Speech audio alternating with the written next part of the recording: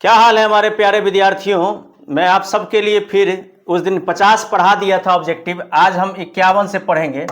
देखिए class 10th math objective 18 फरवरी को जो पूछेगा तो इससे पहले हम 50 को पढ़ा दिए और बोले कि हम 5 मिनट में आते हैं और आए नहीं। कारण था कि गांव में होता है भोज, तो भोज खाने चले गए थे। ठीक है, तो 50 को पढ़ा के छोड़ दिए। तो अगर आप इससे पहले 50 को नहीं देखे हैं तो पहले वीडियो जाके देख लीजिए, इसके बाद ये दूसरा वीडियो आप देखिएगा। ठीक है, क्योंकि एक के बार में सोचिएगा दोनों हो जाए सो नहीं होगा। इससे पहले 50 को बहुत वो भी आया था, आई हो 50 भी आया। इसमें हम आपको कह देते हैं 40% क्वेश्चन, 40% क्वेश्चन मैच कर जाएगा, जिसमें आपको सिर्फ संख्या बदला होगा और जो है 40% क्वेश्चन ऐसा आपको मिलेगा जिसमें संख्या के साथ साथ थोड़ा तरीका अलग होगा, कुछ अलग टाइप का क्वेश्चन पूछ देगा, रहेगा वही सवाल। तो यानी कि अगर आप पूरा 100 पढ़ लेते हो तो आपको 40 नंबर जो है फिक्स है, कोई नहीं रोक सकता है, इसकी गारंटी हम लेते हैं। चलिए, तो हम लोग बातचीत बहुत कम करेंगे, पहले तैयारी करेंगे। ठीक है, तो हम लोग का 51 सवाल है।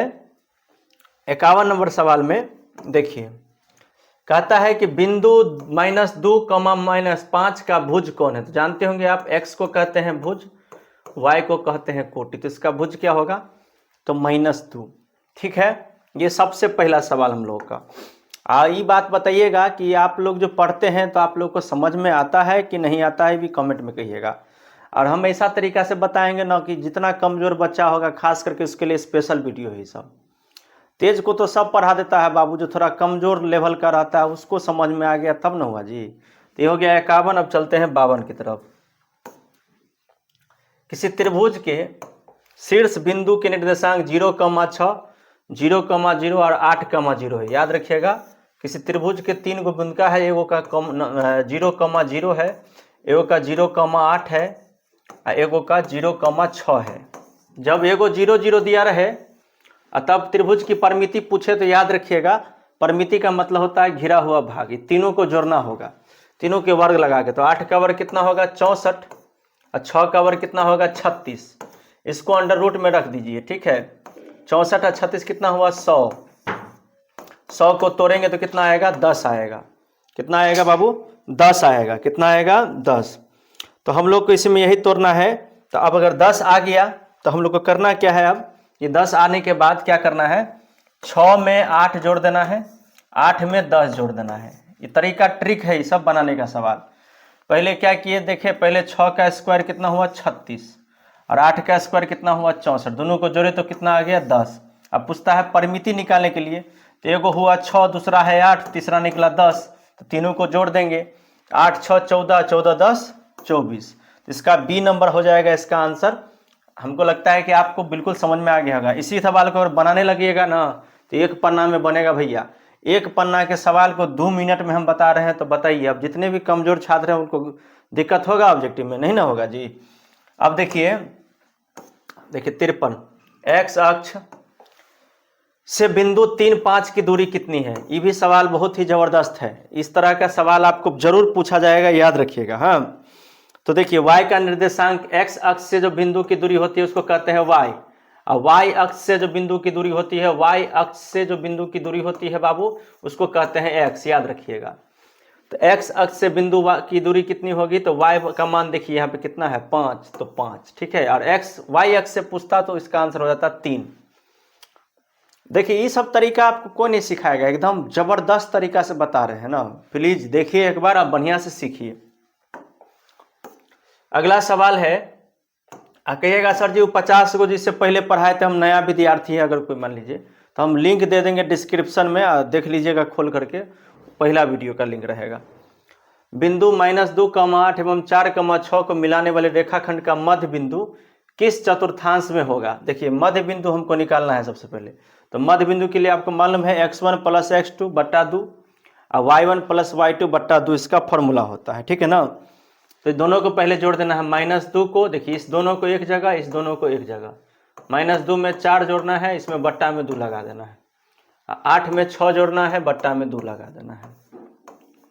तो -2 में 4 जोड़ेंगे तो हो जाएगा 6 कहिएगा, का है कि 4 रुपये में से 2 जाएगा तो 2, और 8 में 6 जोड़ेंगे तो कितना होगा, 14। काटेंगे तो इसका आ जाएगा 1, कॉमा 2 सत्ते 14। अब दोनों प्लस प्लस में आ गया, तो आपको मालूम है कि इस तरफ ऊपर वाला भी प्लस होता है, आगे वाला भी प्लस होता है। इस तरफ माइनस होता है और प्लस होता है। इस तरफ पहले माइनस होता है, नीचे भी माइनस होता है। इस तरफ पहले नीचे सॉरी आगे जो होता है प्लस होता है और नीचे जो होता है माइनस। ये हो गया पहला चतुर्थांश, ये दूसरा, ये तीसरा, ये चौथा। तो ये किस चतुर्थांश में है? 1 और 7, यानी दोनों प्लस में है, तो ये पहला चतुर्थांश में होगा। तो इसका आंसर हो जाएगा प्रथम। तरीका देर लग गया है बनाने में, कोई बात नहीं है, लेकिन शॉर्टकट तरीका है, बढ़िया से देखिए, ठीक है। अगला है 55 में सवाल, आप पढ़ लीजिए। कहता है मध्य बिंदु निर्देशांक। फिर से वही करेंगे, -3 जोड़, इसको में जोड़ेंगे, इसको इसमें जोड़ेंगे। 7/2 इधर हो जाएगा 4 जोड़ 8/2। 7 में से 3 जाएगा तो कितना होगा? 4/2, क्योंकि प्लस में है माइनस में है। 8 4 12/2 काटेंगे तो 2 दूनी 4 और 2 छक्के 12, यानी 2 और 6 इसका आंसर हो जाएगा। 55 नंबर सवाल है। अगला देखिए 56 नंबर सवाल है। देखिए 56 नंबर सवाल क्या कहता है कि यदि 3 बिंदु एक ही रेखा पर स्थित हो, तो देखिए 1 बिंदु, 2 बिंदु और 3 बिंदु जब एक ही रेखा पर स्थित होगा तो उससे कोई त्रिभुज माने क्षेत्रफल नहीं बनेगा, तो इसका क्या हो जाएगा? 0। ठीक है। अगला सवाल है हम लोग का कि सररेख है तो x का मान क्या होगा? भैया ये भी सवाल बड़ा खतरनाक है। सबसे पहले क्या किए हैं, यहाँ पर x1, x2 और x3 लिखना है। इधर y1, y2 और y3 लिखना है। ठीक है। x1 में देखिए x लिखेंगे, y1 देखिए x1 में x लिखेंगे, x2 में -3 लिखेंगे, x3 में 7 लिखेंगे, इतना लिख देंगे। इसके बाद क्या करना है, हम लोग को लगाना है y1 में लिख देंगे 2, y2 में लिख देंगे -4 और y3 में लिख देंगे -5। ठीक है बाबू। अब क्या करना है, इतना लिख दिए x1, x2, x3, y1, y2, y3। अब हम लोग को याद करना है ट्रिक 23, 31 और 12, इस ट्रिक से याद रखना है। ठीक है। तो 23 देखिए, 23 मन हो गया y2 - y3, तो -4 में से जब -5 घटाएंगे, ठीक है, कोई दिक्कत नहीं। 31 माने 3 में से 1 घटाना, यानी -5 में से हमको -2 घटाना है। ठीक है।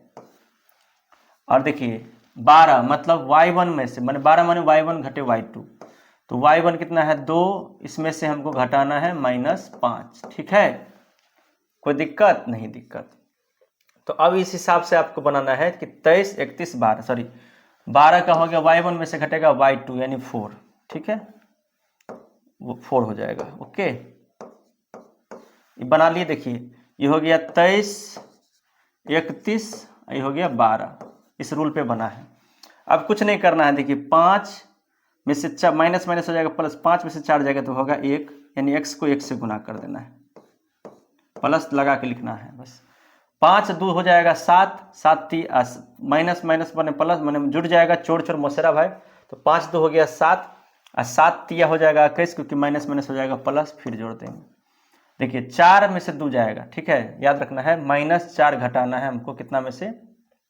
-4 घटाना है 2 में से -4, तो माइनस हो जाएगा प्लस।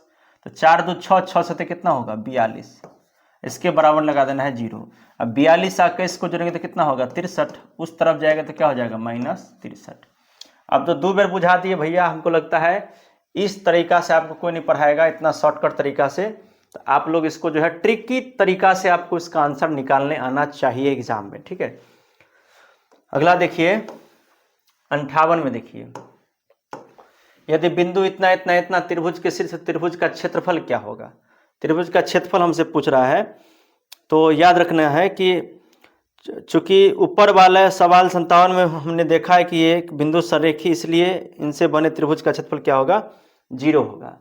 तो अगर जब ये त्रिभुज यदि बिंदु शीर्ष हैं, 3 बिंदु के शीर्ष हैं, और अगर ये सररेख है तो ये क्या होगा हम लोग का? तो इसका त्रिभुज का क्षेत्रफल कितना होगा? तो 0। क्या होगा बाबू रे? यहाँ लिखना छोड़ दिए हैं। यदि बिंदु इतना इतना इतना त्रिभुज के शीर्ष हैं, त्रिभुज के शीर्ष है ऐसे नहीं लिखे, यहाँ पे लिखना है सररेख है, ऐसे सररेख है। सवाल में मिस्टेक हो गया है, सररेख है तो त्रिभुज का क्षेत्रफल क्या होगा? तो त्रिभुज का क्षेत्रफल क्या होगा? 0। ठीक है। अगला देखिए, ये क्षेत्रफल इसमें नहीं पूछ रहा था, इसमें संरेख कह रहा था, लेकिन हमने वहां पे शीर्ष लिख दिया था। अगला है कि निम्न में कौन सेक 60 डिग्री के बराबर है। याद रखना है आपको कि सेक 60 डिग्री का मान कितना होता है। तो सेक 60 डिग्री से पहले आप लोग कॉस 60 डिग्री का मान देखिए। कॉस 60 डिग्री का मान होता है 1/2 होता है ना। कॉस 60 डिग्री का कितना मान होता है 1/2। तो कॉस 60 का अगर 1/2 होता है, सॉरी नहीं, कॉस 60 का नहीं, कॉस 60 का देखिए हम बताते हैं। सेक हमको पूछ रहा है, सेक 60 का पूछ रहा है ना, तो सेक 60 का पूछ रहा था, आप डायरेक्ट कॉस 30 लगाइएगा। और कॉस 30 पूछता तो उसका ठीक उल्टा सेक 60 लगाइएगा, ऐसे करके याद रखिएगा। तो बच्चा को साइन कॉस का मान याद रहता है, लेकिन उससे आगे वाला साइन कॉस का याद रहता है, मगर सेक का नहीं याद रहता है। तो बस सब में यही नियम लागू होगा। तो आपको याद रखना है कि कभी भी जो है याद रखना है कि सेक 30 का मान अगर 60 है तो कॉस 30 का मान भी सेम होगा। तो कॉस 30 का मान होता है 2, तो सेक 60 का मान भी कितना होगा 2। तो अब पूछ रहा है इसमें किसका मान है, तो याद रखिएगा साइन 60 का मान। साइन 60 का मान कितना होता है 2 होता है ना। तो इसका मतलब हो जाएगा कि कॉसेक 30 का मान भी कितना हो जाएगा, ठीक इसका आधा कर देना है। यानी साइन का उल्टा क्या होता है कॉसेक, तो 60 दिया है तो 30, सेक 60 था तो कॉस 30 का मान निकालिए 2। अगर परीक्षा में ऐसा क्वेश्चन आ जाता है तो विद्यार्थी कंफ्यूज हो जाता है, इसलिए कंफ्यूज नहीं होना है। साइन 60 का मान अगर 2 होता है तो कॉसेक 30 का मान कितना होगा 2। तो इसका क्या हो जाएगा आंसर ए, ठीक है। तो 60 नंबर सवाल है, देखिए 60 नंबर सवाल क्या कहता है, इसमें कुछ नहीं, इसको ध्यान में रखना है। α/4 बराबर, तो यहाँ पे मिस्टेक हो गया है, यहाँ 2 होना चाहिए, ठीक है। अल्फा नहीं, मिस्टेक नहीं है ऑप्शन में, तो मिस्टेक हो जाएगा, देखिएगा इसका आंसर नहीं मिल पाएगा, क्योंकि हम बनाने टाइम में ही हमसे मिस्टेक हो गया था। मान लीजिए कि यहाँ पे ऐसा दिया रहेगा α/4 बराबर 15 डिग्री, ठीक ना। तो देखिए α/4 बराबर 15 डिग्री है, तो अल्फा बराबर कितना हो जाएगा 15 चौका 60 डिग्री। अब पूछता है कॉस अल्फा का मान, यानी कॉस 60 डिग्री का मान। तो आप सबको मालूम होगा कॉस 60 डिग्री का मान क्या होता है। तो उसके लिए सबसे पहले आपको साइन 30 का मान याद करना होगा, क्योंकि साइन 30 के बराबर में कॉस 60 होता है, सीधी सी बात है ना। तो इसका आंसर जो है यहाँ पर आएगा 1/2, लेकिन यहाँ पे नहीं आ रहा है क्योंकि ये इसका आंसर नहीं होगा √3/2। तो इसका आंसर क्या होगा 1/2, लेकिन ऑप्शन में मिस्टेक हो चुका है, ठीक है। और बाकी कोई दिक्कत नहीं है, यहाँ पे हल्का मिस्टेक हुआ था लिखने टाइम में, ओके। अब देखिएगा, पहले साइन का मान याद करने के लिए रूट वाला तरीका याद रखिएगा। पहले 0/1, सॉरी 4 सब में लगाना है, 2/4, 3/4, 4/4 है ना, 1 2 3 4, यहाँ बीच में छोड़े दिए हो अपना सब, एक तो छोड़िए दिए है ना। यहाँ पे 0/4, यहाँ पे 1/4 ऐसे लिख दीजिएगा, तो साइन का मान हो जाएगा कैसे, तो 0 का 0, 1 का 1/2, इसका हो जाएगा आपको इसका हो जाएगा 2 का स्क्वायर, √2 को तोड़ेंगे, 2 1 2 2 2 4, तो 1/√2। इसका हो जाएगा √3/2, ठीक है। इसको काटेंगे तो 1 होगा, तो इसका आंसर देखिए sine 0 degree, sine 30 degree, sine 45 degree, समझे। Sine 0 degree, sine 30 degree, sine 45 degree, sine 60 degree, sine 90 degree. आप उल्टा करिए, cos 0 degree, cos 30 degree, cos 45 degree और कॉस 60 डिग्री का मान कितना होता है 1/2। तो ये लिख दीजिएगा, तो इससे साइन और कॉस का आपको मान याद हो जाएगा। तो इसका आंसर क्या होगा, यहाँ पे मिस्टेक हो गया 1/2, ठीक है, ऑप्शन मिस्टेक हो गया था। अगला देखते हैं, अगला देखिए क्या है, यदि a साइन थीटा बराबर 1, यानी साइन थीटा बराबर क्या हो जाएगा 1/a, b कॉस थीटा, तो कॉस थीटा बराबर क्या हो जाएगा 1/b। तो यहाँ पे पूछ रहा है टेन थीटा का मान क्या होता है। टेन थीटा का फॉर्मूला होता है sine theta by cos theta, यानी साइन थीटा बट्टा कॉस थीटा, यानी साइन को कॉस में भाग देना है। तो क्या करेंगे 1/a भागा b चला जाएगा ऊपर, a आ जाएगा नीचे, क्या कि ऐसे ही होगा, भाग में ऊपर नीचे हो जाता है भाग में। तो 1 से 1 कट जाएगा, तो कौन बचेगा b/a। तो इसका आंसर क्या हो जाएगा बाबू b/a, ठीक है। 61 नंबर का यही उत्तर होगा। अगला सवाल देखिए, ये साइन a गुने कॉसेक के बराबर कितना होता है। साइन का इन्वर्स होता है a, कॉसेक उल्टा होता है कॉसेक, यानी इसका आंसर हो जाएगा 1। यदि त्रिभुज ABC में कोण C बराबर 90 डिग्री हो तो साइन A प्लस B का मान कितना होता है। देखिए साइन A प्लस B का मान हमको पूछ रहा है, इसमें लॉजिक क्या है कि A प्लस B का मान होता है 90 डिग्री, साइन ए प्लस बी का मान कितना होता है 90 डिग्री। साइन ए प्लस बी का मान कितना होता है 90 डिग्री। तो साइन 90 का मान कितना होता है 1। तो इसका आंसर क्या हो जाएगा बाबू, तो इसका आंसर हो जाएगा 1। समझ में आया बात आपको। अगला देखिए कि tan 45 घटे tan 30, यानी मान रखना है हमको, मान रखना है tan 45 घटे tan 30 बट्टा, यहाँ बट्टा है बाबू, इसको ऐसे सवाल को समझिए कि tan 45 घटे tan 30 बट्टा 1 जोड़ tan 45, यहाँ घटे था यहाँ पर गुना है tan 30, ऐसे करके सवाल दिया है। इस पर सवाल पे मान रखना पड़ेगा। tan 45 का मान कितना होता है बाबू 1 और tan 30 का मान कितना होता है 1/√3 होता है ना जी। उसके बाद देखिए 1 जोड़ tan 45 का मान कितना होता है 1 और tan 30 का मान कितना होता है 1/√3। ठीक है, तो देखिए ऊपर में क्या करना होगा, ऊपर में करना होगा हम लोग को एलसीएम, √3 का एलसीएम √3, 1 से कटेगा तो √3 मरतबे कटेगा, माइनस √3 तो -1 बट्टा 1 को 1 से करेंगे, 1 को 1 से करेंगे जोड़ेंगे तो 1 में 1 जोड़ेंगे 2, 2 को गुना करेंगे 1 से तो कितना हो जाएगा 2/√3। ठीक है, 2/√3। तो अब हम लोग को करना क्या होगा यहाँ पे, हम लोग को करना क्या होगा बाबू, देखिए हम लोग यहाँ पे करते हैं गुना, 1/√3 को गुना करना था हम लोगों को 1 जोड़ 1, नहीं यहाँ पे हम लोग मिस्टेक कर रहे हैं बाबू, थोड़ा सा मिस्टेक ये कर रहे हैं कि पहले गुना का काम होता है ना बाबू। तो देखिए पहले गुना का काम होगा तो ये हो जाएगा 1, समझ में आया, ये हो जाएगा पहले गुना होगा ना तो 1 जोड़ 1 को 1 से गुना करें तो 1/√3, मिस्टेक नहीं करना है बाबू। अब यहाँ पे देखिए क्या होगा, जैसे था वैसे ही रहेगा, ऊपर वाला अपने साथ है, जैसे था वैसे ही रहेगा। नीचे में भी लघुत्तम करेंगे √3 और 1 का तो √3 हो जाएगा, 1 से √3 मरते तो √3 और प्लस है तो प्लस, और √3 को एक बार में पढ़ेंगे तो 1, तो √3 से √3 कट गया तो आंसर में आएगा √3 - 1 बट्टा √3 + 1, ये इसका आंसर हो जाएगा। तो √3 - 1 बट्टा √3 + 1 इसका ऑप्शन नंबर ए होगा। आपको लगा समझ में आया कि नहीं आया तो दोबारा देख लीजिए और क्या करिएगा। मान सब याद रखिए बाबू, यदि 2 sin अल्फा बराबर √2 तो sin अल्फा बराबर √2/2 हो जाएगा, √2/2 हो जाएगा, है ना। तो इसका जो है आंसर हमको पूछ रहा है, तो जब ये 2 हो जाएगा तो इसको हम 2 को कैसे लिख सकते हैं, √2/2 को कैसे लिख, √2 गुने √2 लिख सकते हैं कि नहीं, 2 से 2 कट जाएगा तो बचेगा 1/√2। अब साइन कितना का मान जो है, साइन थीटा में कितना का मान होता है 1/√2, ये आपको याद रखना है।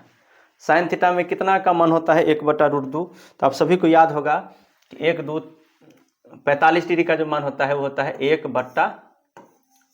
अथी में ऐसे करते हैं ना जी, चार्ट लगाइए इसमें से तोड़िए 1/√2, तो साइन 45 डिग्री का मान कितना होता है आपको 1/√2।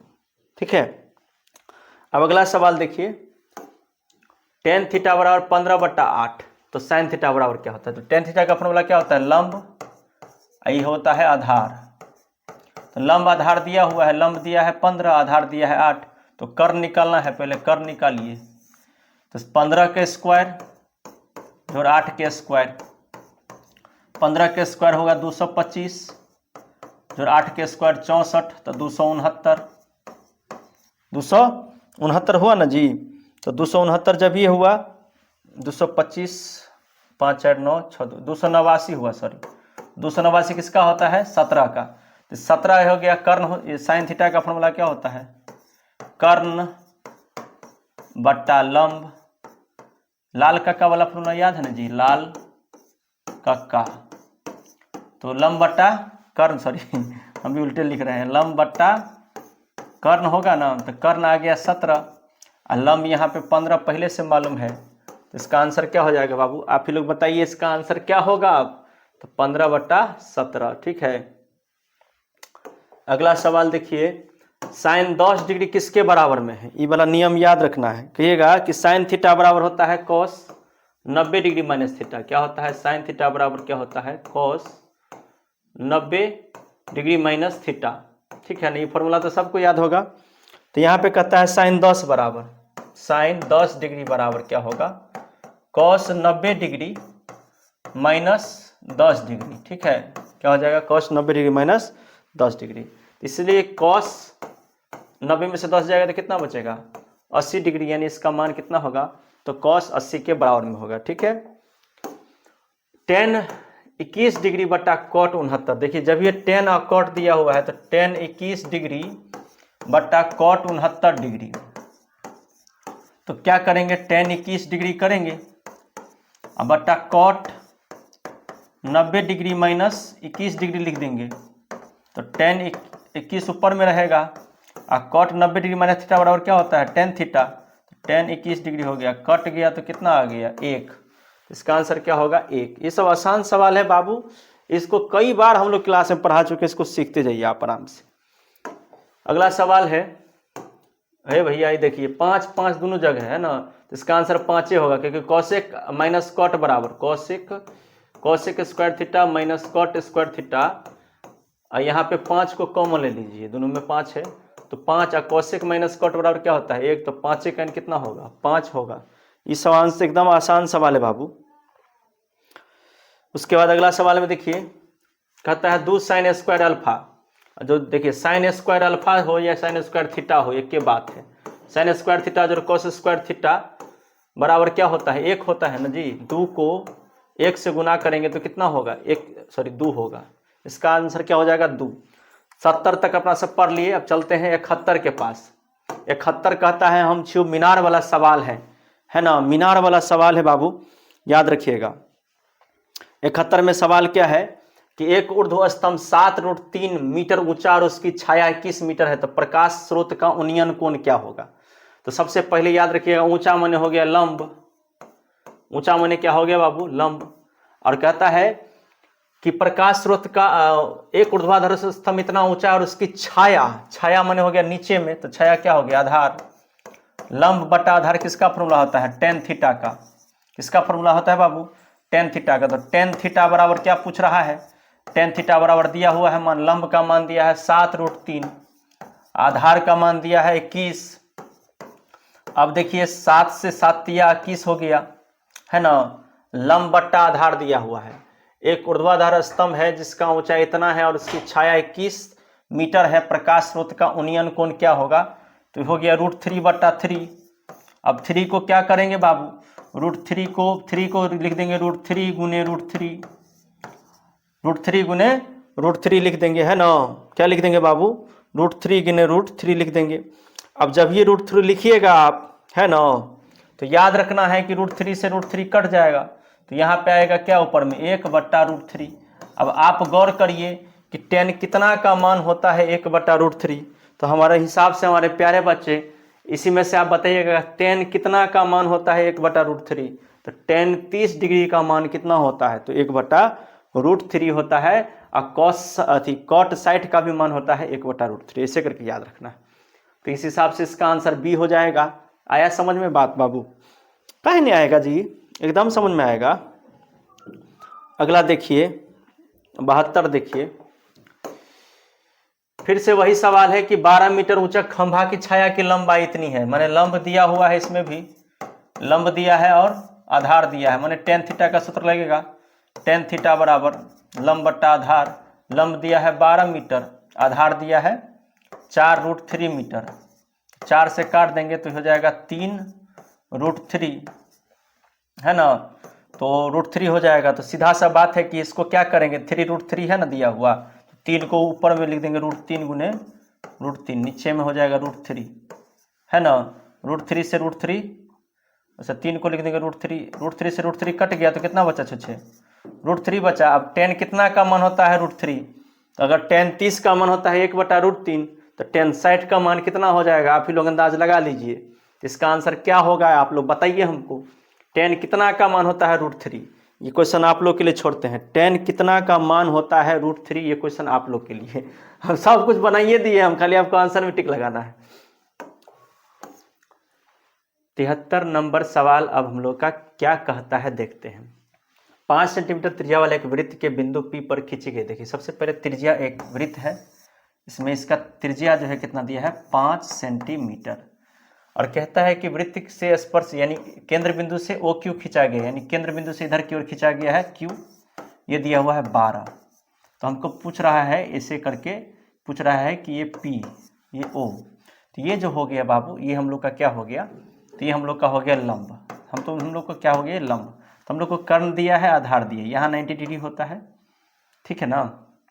ये हो गया कर्ण, ये हो गया आधार, ठीक है। तो हम लोग को क्या निकालना है लंब, हम लोग को क्या निकालना है लंब निकालना है, ठीक है। तो लंब के लिए क्या करेंगे, सबसे पहले हम लोग को कर्ण में से आधार घटाना है, यानी 12 के स्क्वायर में से 5 का स्क्वायर घटा देंगे।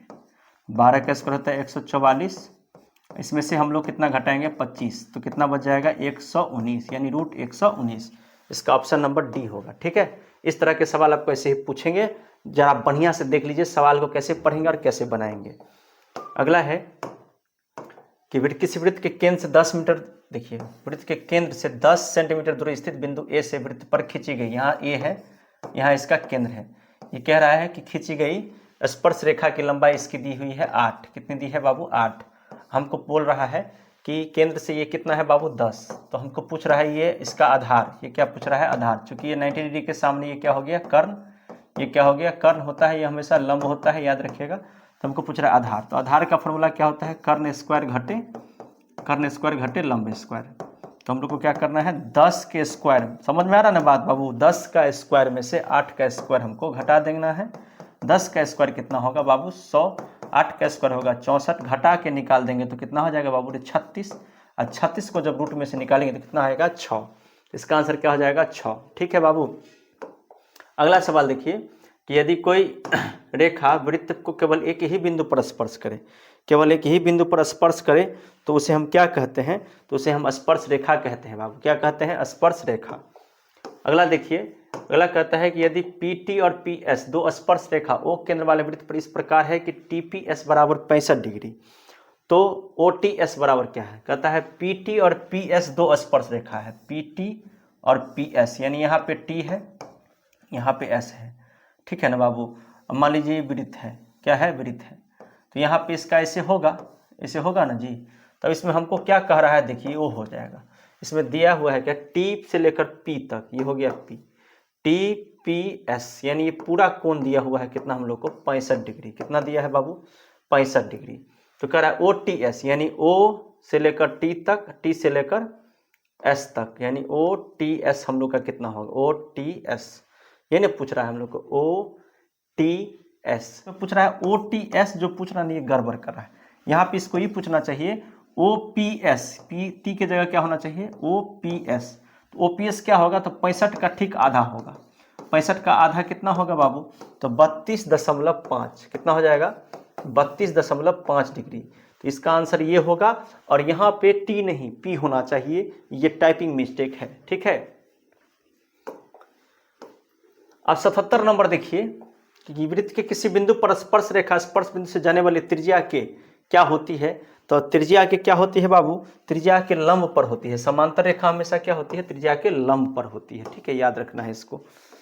अगला क्वेश्चन देखिए कि दो वृत्तों के क्षेत्रफल का अनुपात 9:4 है, तो उनके परिधियों का अनुपात, देखिए क्षेत्रफल दिया रहे और परिधि पूछे तो रूट लगाना है, और अगर परिधि यहाँ पे क्षेत्रफल पूछता ना, क्षेत्रफल पूछे और यहाँ पे परिधि दिया रहे, ऊपर में परिधि दिया रहे नीचे में क्षेत्रफल दिया रहे, तो इसमें स्क्वायर लगाना है, कोई भी संख्या तो उसमें स्क्वायर लगाना है। तो चूंकि यहाँ पे क्षेत्रफल दिया है 9:4, अब पूछ रहा है परिधि का अनुपात, इसका ठीक आधा रूट लगा देंगे तो 9 का हो जाएगा 3 और 4 का हो जाएगा 2, ठीक है।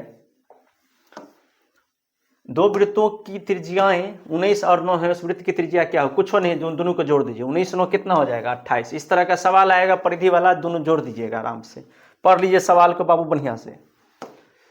वृत्त की सबसे बड़ी जीवा को क्या कहते हैं बाबू, व्यास कहते हैं, याद रखिएगा।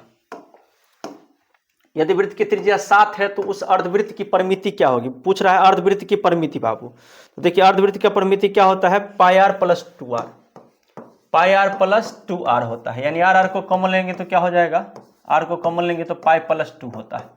तो r कितना दिया हुआ है 7, अब 22/7 जोड़ 2/1, 7 × 1 = 7 हुआ, 22 का 22 हुआ, एक 7 7, 7 दूनी 14 हुआ, तो 7 गुने 22 14 हो जाएगा, 2 4 6, 2 1 3, 36 बट्टा 7, 7 से 7 काट देंगे तो कितना बच जाएगा, 36 बच जाएगा। तो इसका आंसर क्या हो जाएगा, 36 सेंटीमीटर। फॉर्मूला याद रखिएगा, r इंटू पाई प्लस 2 होता है अर्धवृत्त की परिमिति का फॉर्मूला। समझ में आया। अब चलते हैं 82 नंबर क्वेश्चन की तरफ। दो वृत्तों के क्षेत्रफल का अनुपात अगर a अनुपात b है, देखिए क्षेत्रफल का अनुपात दे रहा है, पूछ रहा है त्रिज्या का अनुपात क्या होगा, ठीक है ना, हमेशा याद रखिएगा ये रूट में होगा। जब बोले थे क्षेत्रफल दिया रहे कुछ पूछे तो रूट में, यहाँ पे त्रिज्या दिया रहता तब क्षेत्रफल का पूछता तो बिना रूट का, ठीक है, बस इतना ही इसमें फर्क करना है। उसके बाद जो है यहाँ पे देखिए घड़ी के मिनट की सुई द्वारा 1 घंटे में, घड़ी की मिनट की सुई द्वारा 1 घंटे में कितना बनता है बाबू, पूरा घड़ी में 360 डिग्री। कितना बनता है बाबू, 360 डिग्री। एक घड़ी की मिनट की सुई की लंबाई 21 मीटर है, 10 मिनट में कितना मतलब जो है कह रहा है अति कर देगा, क्या कहते हैं ये कितना मतलब रच देगा, ठीक है। तो सवाल देखिए कहता है मिनट की सुई, क्या कहता है बाबू, मिनट की सुई, तो 360 बट्टा 60 गुने 10, 10 मिनट में कितना कर देगा, 0 से 0 तो हो गया 360, 360 को 6 से भाग देंगे तो कितना हो जाएगा, 60 डिग्री आ जाएगा। तो ये हम लोग का 60 डिग्री आ गया। यानी ये घड़ी में मान लीजिए कह रहा है 10 मिनट के अंदर में ये कितना क्षेत्रफल करेगा, तो यहाँ इसका बन रहा है 60 डिग्री। तो हमको त्रिज्यखंड का क्षेत्रफल निकालना है, पाई स्क्वायर थीटा। क्या होता है त्रिज्यखंड का formula, pi square theta 360 degree, ठीक है। पाई का मान 22/7, आर का मान बाबू रे 10 गुने 10, थीटा का मान कितना आया है 60 डिग्री, है ना, 60/360 कर देते हैं। 60 से ये कट गया 6, 10 से 10 दहन के 100, ये हो गया 22/7, 22/7 गुने 100 गुने 6। इसको काट खुट करते हैं बाबू, काट खुट करेंगे अब, तो हमको तो नहीं लगता है कटेगा कोई। अच्छा, मिनट की सुई की लंबाई 21 है बाबू रे बाबू, मिस्टेक, भारी मिस्टेक, 21 होगा यहाँ पे, 21 यहाँ भी होगा, 21 यहाँ भी होगा, ठीक है ना, 21 होगा। हम लोग त्रिज्या को मान लिए 10 अपना सब, ठीक है, इसीलिए गड़बड़ा गया। देखिए 300 से ये पहले थीटा निकल गया ना, अब इस फॉर्मूला पे बैठाते हैं, 22/7 आर स्क्वायर दिया है, आर दिया हुआ है यहाँ पे 21, 21 गुने 21, और हमको उसके बाद थीटा बटा 360 यानी 60/360 कर देंगे, काट देंगे तो हो जाएगा 1/6, 7 तिया 21, 3 1 3, ठीक है ना, 3 दूनी 6, 63 गुने 22, 22 गुने 63 गुने 6 हो गया, ठीक है, 22 गुने 63 गुने 6 हो गया। तो अब देखिए इसको काटते हैं, तो कैसे काटेंगे, 2 से काटते हैं 11 मरतबे, 2 से काटते हैं 3 मरतबे, फिर 3 से काट देते हैं 63 को, 3 दूनी 6, 3 1 3, तो 11 गुने 21 आता है, 11 21 को गुना करेंगे तो कितना आएगा, 231 आता है, यानी 231 पाई सेंटीमीटर स्क्वायर, क्या हो जाएगा 231 इसका आंसर हो जाएगा, ठीक है। अगला देखिए कहता है यदि एक शंकु की त्रिज्या 14 है, त्रिज्या की ऊंचाई इतना है, तो शंकु का संपूर्ण पृष्ठ क्षेत्रफल, तो शंकु का संपूर्ण पृष्ठ क्षेत्रफल बाबू क्या होता है, सभी को मालूम होगा, pi r into L plus r, pi r into L plus r. Pi का मान दिया हुआ है 22/7, आर का मान दिया हुआ है 14, एल का मान दिया हुआ है 15, आर का मान ई हो गया आर, ई हो गया एल, तो आर का मान दिया है 14। फटाक से काट, अभी नहीं काटना है, बाहर वाले को ऐसे ही रहने देना है। 7 22 इसको जो है 15 और 14 को गुना करेंगे तो 5 4 9 हुआ, 1 1 2 हुआ, 7 से काट देंगे, 7 दूनी 14, 22 दूनी कितना हुआ 44, और 44 को करिए 29 से गुना, 44 को करिए 29 से गुना तो 1276 आएगा, कितना आएगा बाबू 1276 आएगा, ठीक है, 1276 सेंटीमीटर स्क्वायर होगा।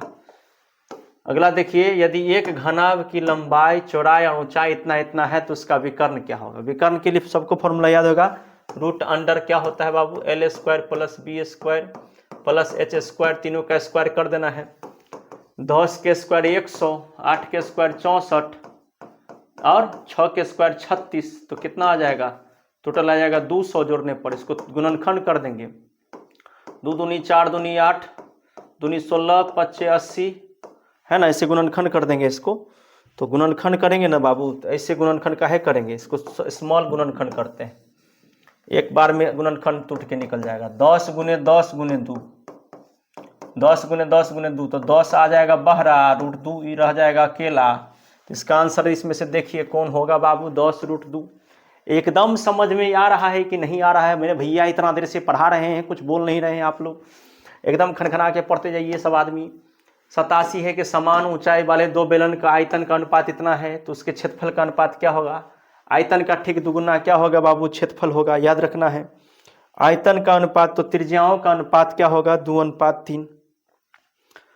अच्छा, आयतन का अनुपात दिया रहे, आप वक्र पृष्ठ के क्षेत्रफल का अनुपात पूछे तो इसको रूट में कर देना है बाबू, रूट में हो जाएगा 2, हो जाएगा 3। यहीं पर अगर यहाँ पे त्रिज्या का अनुपात पूछता, उसका भी यही सेम होता।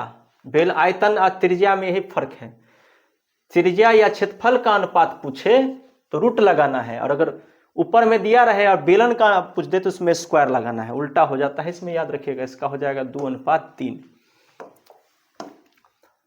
यदि किसी शंकु को उसके आधार के समांतर किसी तल द्वारा काट कर एक छोटा शंकु प्राप्त करते हैं तो शेष भाग क्या कहलाता है?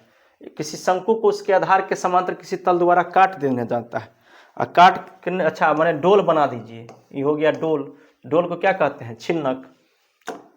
अगला देखिए, दो बेलन के त्रिज्याओं का अनुपात दिया है इतना और उनकी ऊंचाई का अनुपात है इतना, तो उनके आयतन का अनुपात क्या होगा? ये भी सवाल बहुत खतरनाक है। तो देखिए यहाँ पे हम आपको कहते हैं, ये जो है ना 2:3 दिया हुआ त्रिज्या का अनुपात, पहले उसमें स्क्वायर लगाइए। 2 स्क्वायर क्या लगाइएगा बाबू? 2 स्क्वायर बट्टा 3 स्क्वायर, ठीक है, गुने गुने। यहाँ लगा दीजिए आप 3, यहाँ लगा दीजिए 2। 2 का स्क्वायर होता है 4 तिया 12, और 3 का स्क्वायर कितना होता है? 9 9 दूनी 18। अब काटिए, 4 तिया 12, सॉरी 3 चौके 12, 3 छक 18, फिर काटिए, 2 दूनी 4, 2 तिया 6, तो इसका अनुपात क्या हो जाएगा? 2:3। ठीक है, सवाल को ऐसे ही बनाना है।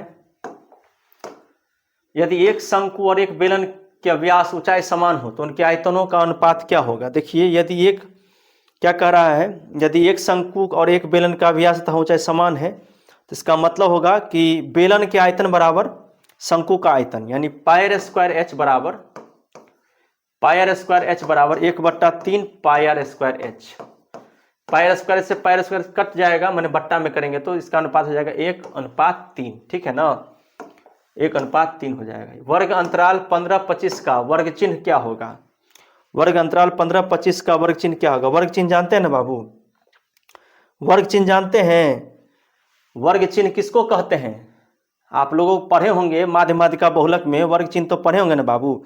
वर्ग चिन्ह किसको कहते हैं? जब किसी चीज को में देखिए 15 है और 25 है तो इसको जोड़ दीजिए और जोड़ करके 2 से भाग दे दीजिए, जिसको एफ कहते हैं आप लोग।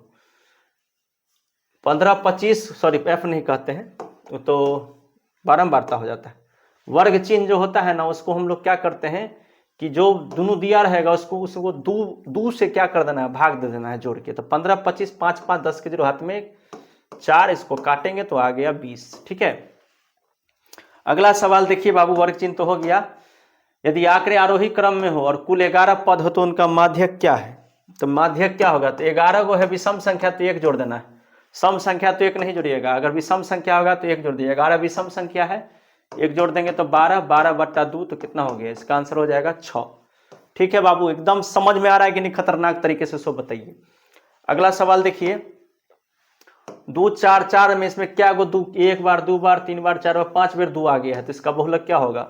2 हो जाएगा। इस चुटपुटिया सवाल है, पूछता है परिसर, इसमें सबसे बड़का ढूंढिए, सबसे बड़का कौन है? 81, नहीं भैया 94 है, सब 94 नंबर तो क्वेश्चन हो गया, सॉरी। तो 81 सबसे बड़का है। और सबसे छोटका कौन है? सबसे छोटका हमको लगता है 12 दिया हुआ। 11 में से 2 गया 9, ये बच गया 7, 7 में से गया 6, यानी बड़का में से छोटका घटा दीजिएगा तो क्या निकल जाता है बाबू? परिसर निकल जाता है। इसका हो गया 69। अगला देखिए, चर को आरोही और अवरोही क्रम में क्या कहता है? चर को आरोही अवरोही क्रम में लगने पर उसको क्या कहते हैं बाबू? माध्यक कहते हैं। क्या कहते हैं? माध्यक। सिक्का उछालने पर, सिक्का उछालेंगे तो टोटल क्या होगा?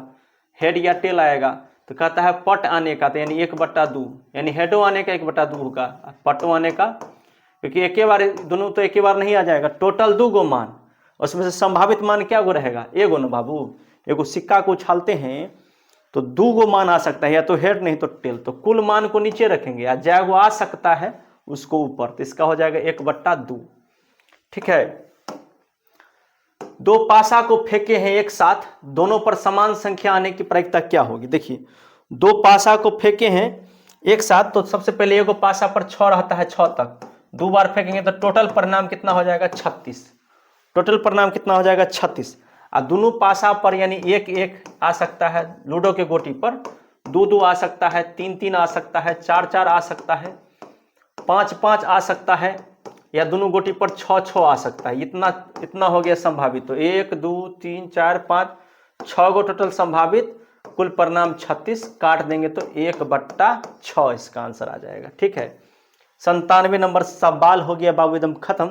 अब चलते हैं 98 नंबर सवाल में कि दो खिलाड़ी संगीता और रेशमा टेनिस का एक मैच खेलती है। यदि संगीता द्वारा मैच जीतने की प्रायिकता 0.62 है, तो याद रखिएगा 1.00 में आपको 0.62 को घटा देना है। ऐसे ही याद रखिएगा, 10 में से 2 गया 8, ये हो गया 9, 9 में से 6 गया 3, 0.38 इसका आंसर होगा। इस तरह का सवाल पूछेगा, इसे डायरेक्ट घटा दीजिएगा।